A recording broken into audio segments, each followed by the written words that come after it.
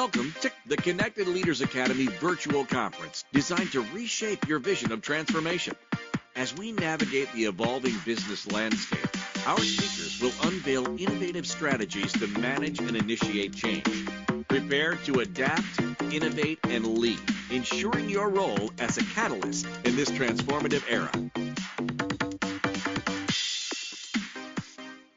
I grew up in Montana in the 80s, and being the only girl at home with 10 brothers who also loved to tease my very dramatic younger self, we lived in the mountains, and most of our fun came from imagination and whatever happened to be around us. We didn't have TikTok, Reels, or anything to copy dumb ideas from. We just came up with them on our own.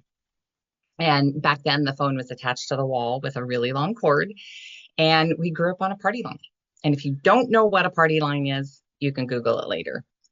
But one of the things that we loved to do, which we found endlessly entertaining, involved an old bathroom mirror.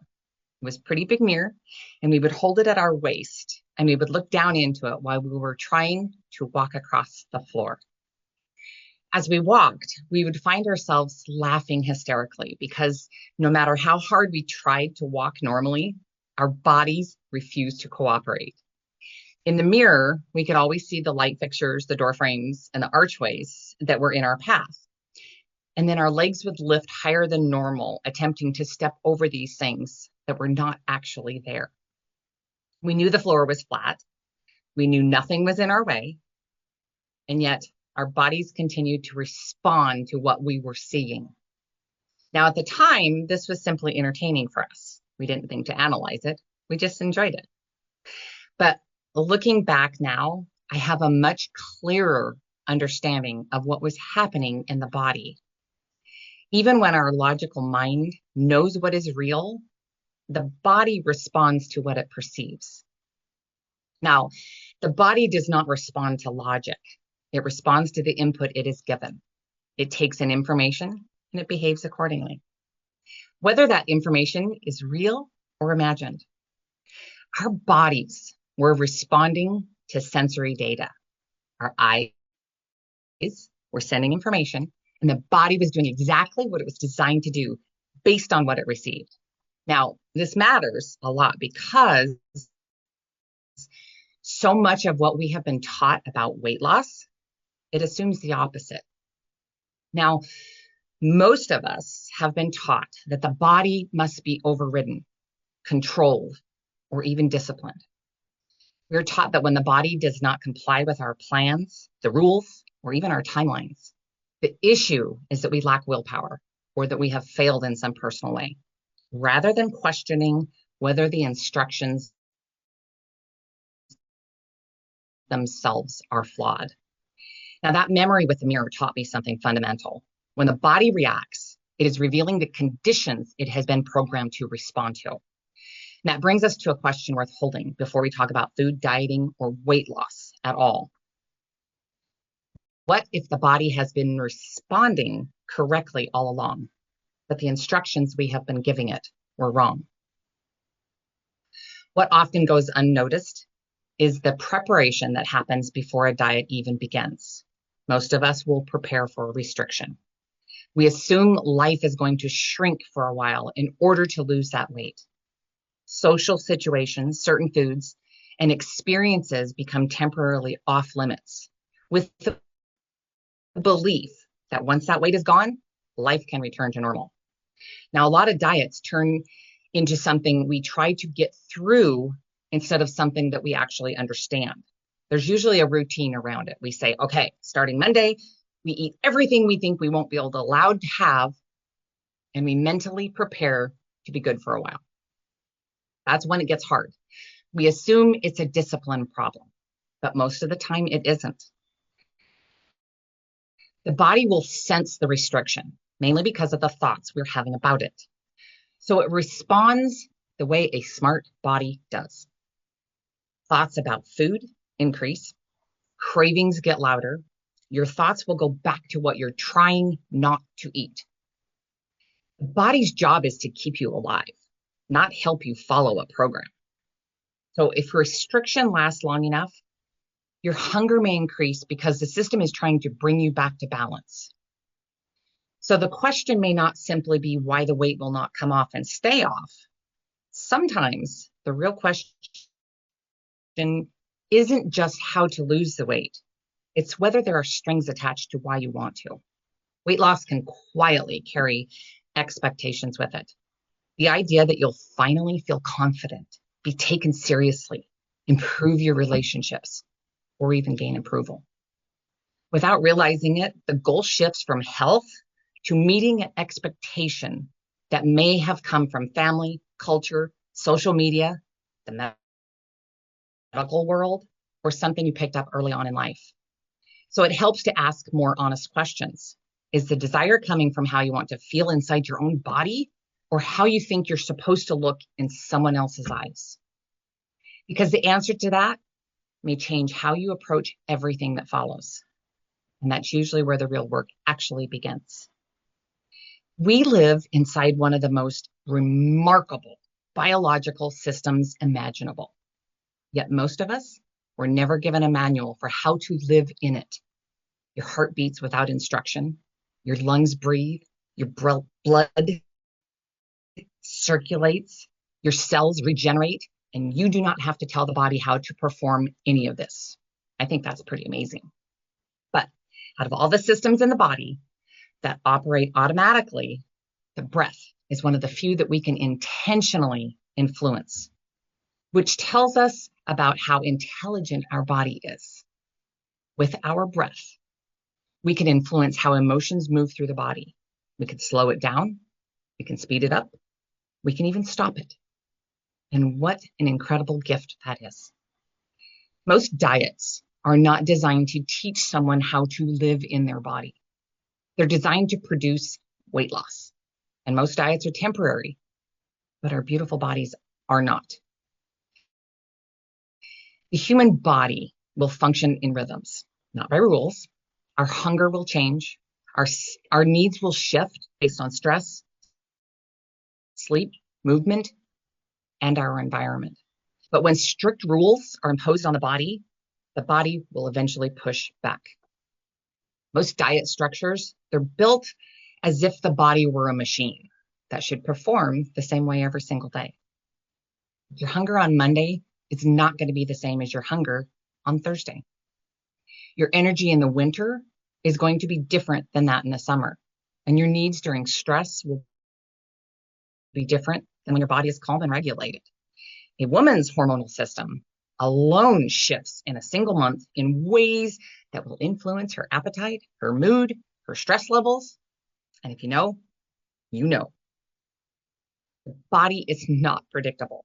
And most diet plans, they're built to be able to give to anyone. And diets, they rarely account for these hormonal changes. They give fixed instructions for a body that is constantly adapting. Eat this, don't eat that.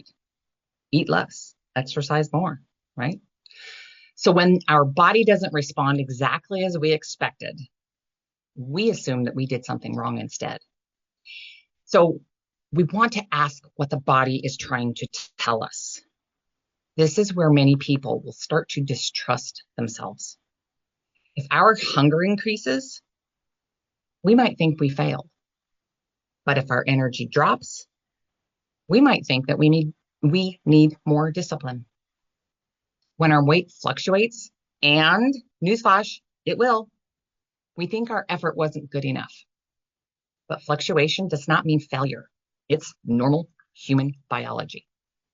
The body is always adjusting to the environment it lives in.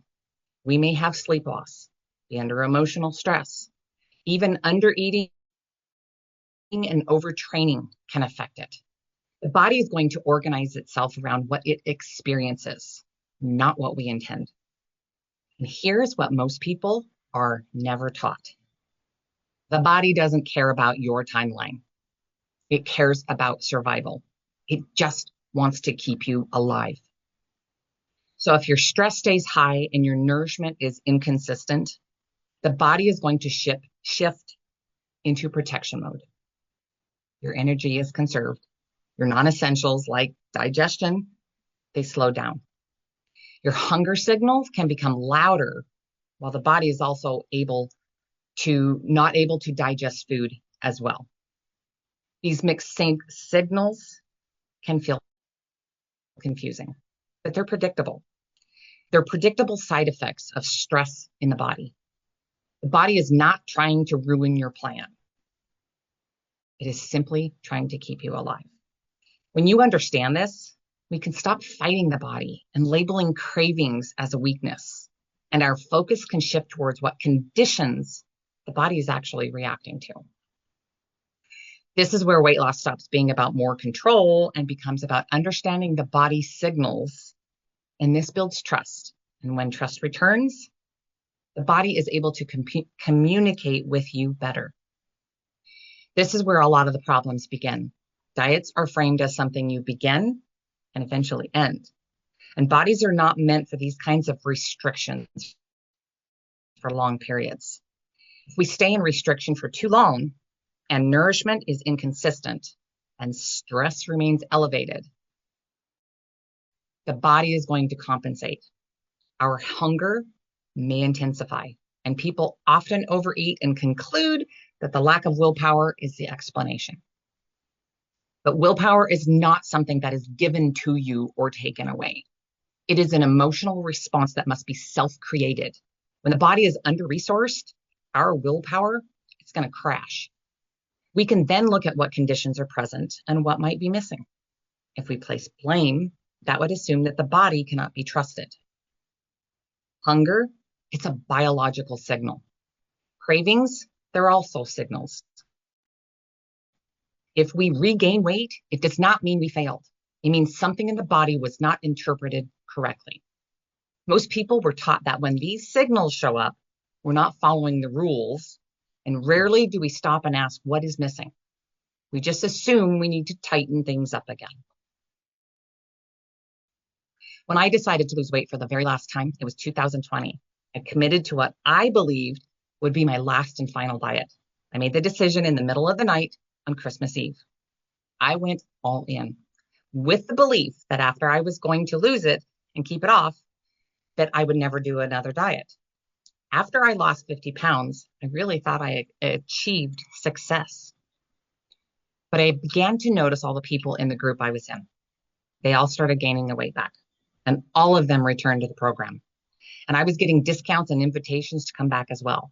Like they assumed that I needed to lose weight again. I thought, if they did their job right, why do I need to come back? So when I gained 8 pounds back, I knew going back would not teach me anything new. I started asking different questions. What was missing from the bigger picture? What didn't I learn? What part of the picture did I not yet understand? I knew that so many others had lost weight and kept it off long term, so I became very curious about what they understood that was not part of the mainstream conversation. What knowledge existed outside of strict rules, plans, and all the short-term strategies? What was being overlooked when weight loss was treated as something to achieve rather than something to understand? So when I found the missing pieces, I lost that 8 pounds and another 15 after that. And I have successfully kept it off since then. I like to think that when we are born, we're handed a box of puzzle pieces. It isn't a complete box, and most of the pieces belong in our own picture. But some of these pieces are meant to exchange with other people as we move through life. We start by building the frame. We learn to crawl, then walk, and then we learn who our family is and where we fit in. And just like a real puzzle, the edges come together before the full image makes sense. As life goes on, pieces get added one at a time. School, learning to read and write, new experiences, new skills. Our world will expand, and we begin to express who we are. No two puzzles ever look the same. Even if people share similar pieces, the way they come together is going to be personal. And sometimes someone will hand you a piece you didn't know you were missing. It might be a conversation, a podcast, a song, or a sentence that just finally clicks. And when it fits, you just can't unknow it. There's other times that we try to force pieces that almost fit, and for a while, it looks close enough. but eventually you can feel that it's off. And when the right pieces show up, it settles in without pressure. That's real understanding. So most of the time, those pieces, missing pieces, they're going to show up through interactions with other people. And that's when I realized maybe I wasn't missing discipline. Maybe I was missing understanding. And that curiosity led me deeper into understanding the body itself. Instead of trying to control it, I started to pay attention to it. Hunger, cravings, and weight changes, they stopped looking like problems and started looking like information. Every symptom is a signal, like a dashboard light in the car. If the gas light comes on, you don't panic and trade in the car. You simply go fill your tank. But when the body sends a signal, most people react very differently. We don't get curious. We make it mean something about us. We tell ourselves we messed up or that we just don't have enough willpower. And that the body responds to that reaction too. The way you talk to yourself about what's happening changes what happens next. Stress, it can affect your blood sugar, your cortisol, your sleep, even fat storage over time. So the signal is only part of the story. The meaning you attach to it becomes part of the input. Two people can feel the same signal and end up in completely different places. One may think, I blew it, get frustrated, and that frustration can lead to overeating. And the other one treats it as feedback and adjusts the food, rest, or stress. The signal was the same, but the response changed the direction. It really comes down to how we read and what the body is telling us. When you understand the signal instead of fighting it, your tension is going to drop and the body doesn't have to push back. And that's when regulation can actually begin. So these signals, they're not punishment. They're requests for attention. And when we ignore them, they are going to get louder. Pausing, it breaks that automatic reaction. It gives you a moment to notice what's actually happening. Because the body, it doesn't run on food alone. It responds to sleep, hydration, stress, emotional load, and your recovery too. Food matters, but it's only one piece of the puzzle. For many years, I cleaned houses. Sometimes a mirror, it might look clean when you look straight at it. But if you bent down and looked up at the mirror, there would be streaks that appeared. It was in that observation that it was able to be truly clean. The mirror did not change, but my perspective did. Weight loss is similar. From one angle, it looks like willpower, but from another angle, it's really about what your body has been dealing with lately. So when hunger or cravings ramp up, we don't need more discipline. We need better questions. Have you been sleeping? Are you hydrated? Are you actually satisfied after your meal? And how stressed have you been? The body is giving us signals. Most people, we're not taught to pay attention to what our body is saying. And in that lack of awareness, we have learned to second guess what the body is saying or to ignore it completely.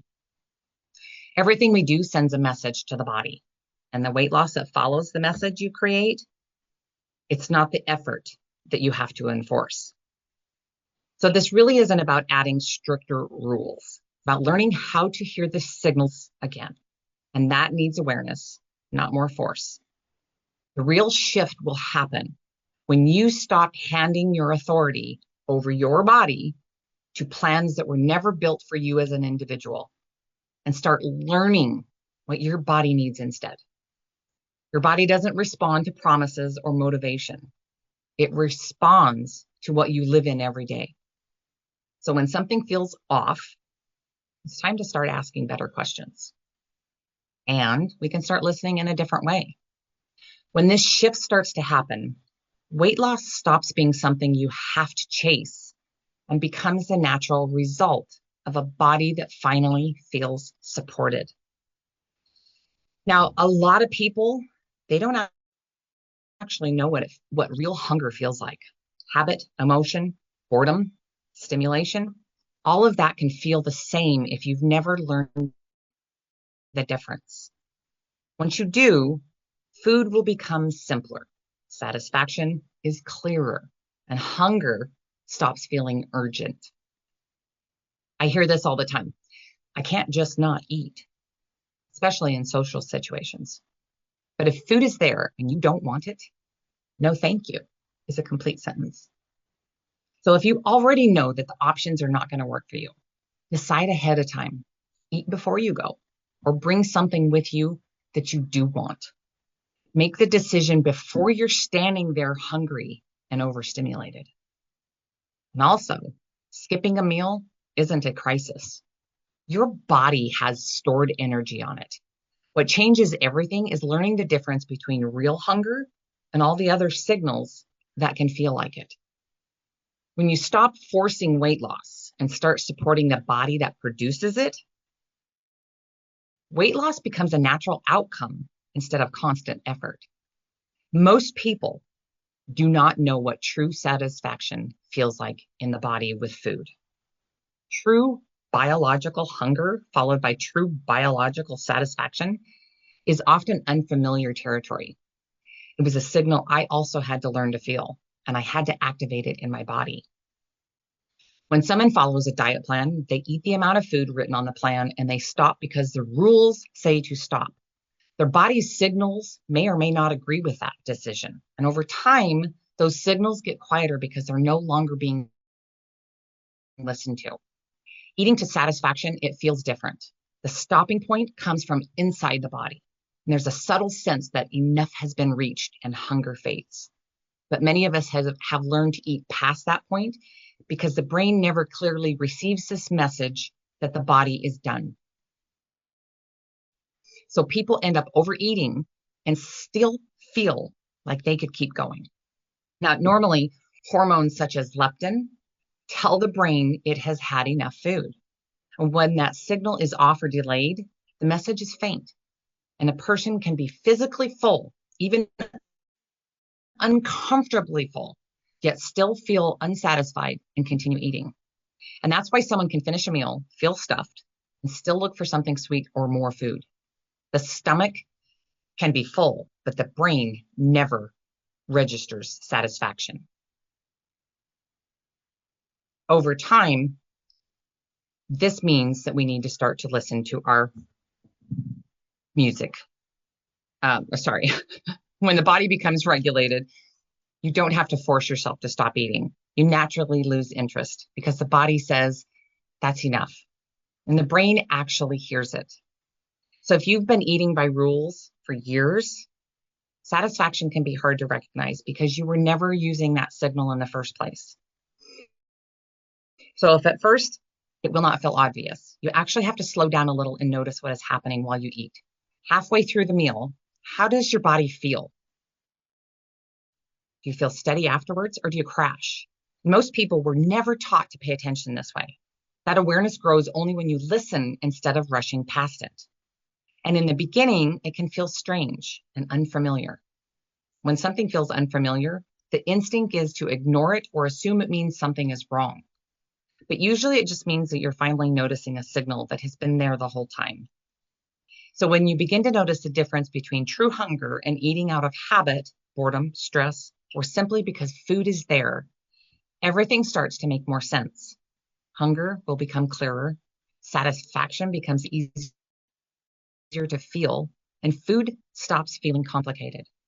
As your body learns that it will be fed consistently and that you are actually paying attention, the urgency around food will calm down. The body is not working against you. It has been reacting to the signals outside of you. And that's why learning to listen to your body changes everything.